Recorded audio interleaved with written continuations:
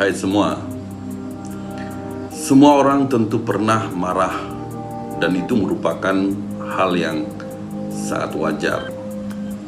Pada kondisi tertentu, manusia memiliki keterbatasan dalam menahan emosinya, sebab di dalam kita ada berbagai emosi yang hidup. Namun tak dapat dimungkiri bahwa Tuhan telah menganugerahkan hati nurani yang boleh saja merendam emosi sehingga tak meluap. Sebab kemarahan yang tak terkontrol, saudara, akan merugikan diri sendiri dan juga merugikan orang lain. Namun perlu kita sadar bahwa marah membuat diri kita semakin terluka dan boleh juga mendatangkan penyakit. Selain itu, kemarahan pada orang lain dapat memicukan rangkaian amarah yang berpanjangan. Dan tak heranlah saudara bahwa mungkin bagi pendapat saya, dalam semua agama dikatakan bahwa ada janji bagi orang yang masuk surga, dan itu pun bagi orang yang mampu menahan kemarahannya. Saudara, ketika kita marah terhadap sesuatu yang tidak sesuai dengan kemauan kita, maka keadaan akan menjadi tambah kacau. Sebab saat marah, pikiran kita tidak dapat bekerja dengan baik, sehingga solusi yang ada itu sangat sulit dan pasti tidak stabil, saudara. Nah, jika begitu, kemarahan hanya ada dan akan membuat kita menyesal. Terkadang sebenarnya masalah yang kita hadapi sebenarnya tidak begitu sulit, namun karena emosi yang meluap dan tanpa ada penguasaan diri yang baik, pasti semuanya akan diakhiri dengan suatu penghujung yang amat mengecewakan. Akibatnya perkara ini, saudara, tak kunjung selesai, bahkan bertambah baik pun tidak.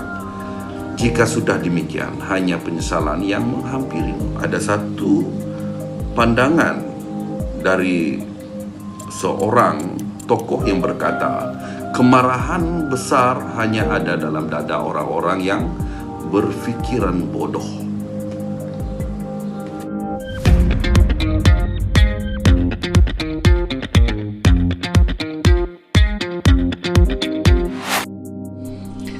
Orang bijaksana akan segera mencari jalan terbaik untuk menyelesaikan masalahnya, sedangkan orang bodoh cepat emosi dan mudah amarah. Mengapa demikian, saudara? Nah, ketika kamu cepat marah, itu menandakan kamu tak mampu berpikir lebih dalam mengenai sesuatu masalah yang terjadi, sehingga kamu merasakan semua itu tidak mendukung kamu. Pikiran kecewa disertai kemarahan adalah pintu kebuntuan dalam berpikir. Kemarahan hanya akan melukai dirimu sendiri. Ada suatu pandangan yang mengatakan menggenggam kemarahan itu tak ubahnya menggenggam aspal panas di tanganmu untuk dilemparkan kepada orang lain. Tetapi sebenarnya engkau terbakar terlebih dahulu. Tahukah kamu bahwa kemarahan yang dilemparkan kepada orang lain justru melukai dirimu sendiri? Amarah memiliki sifat panas yang layaknya seperti api, saudara. Ya, sebelum marah itu membakar orang lain, kamu akan terbakar terlebih dahulu. Nah, perasaan tidak terima pada keadaan semakin meninggi dan kehidupanmu menjadi lebih berantakan, saudara, apabila engkau tidak dapat kontrol kemarahan yang ada di dalam hatimu. Nah, belum lagi jika orang yang kamu marahi tak terima dan dendam, hasilnya kehidupanmu semakin hancur dilalap api kemarahan. bolehkah marah dengan kemarahan yang benar?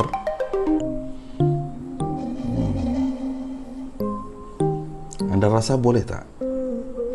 Saudara, semua orang tentu pernah marah. Anda juga pernah marah. Saya juga pernah marah. Tapi tak semuanya boleh marah dengan betul, saudara. Ya, adakah marah yang benar? Ya, ada.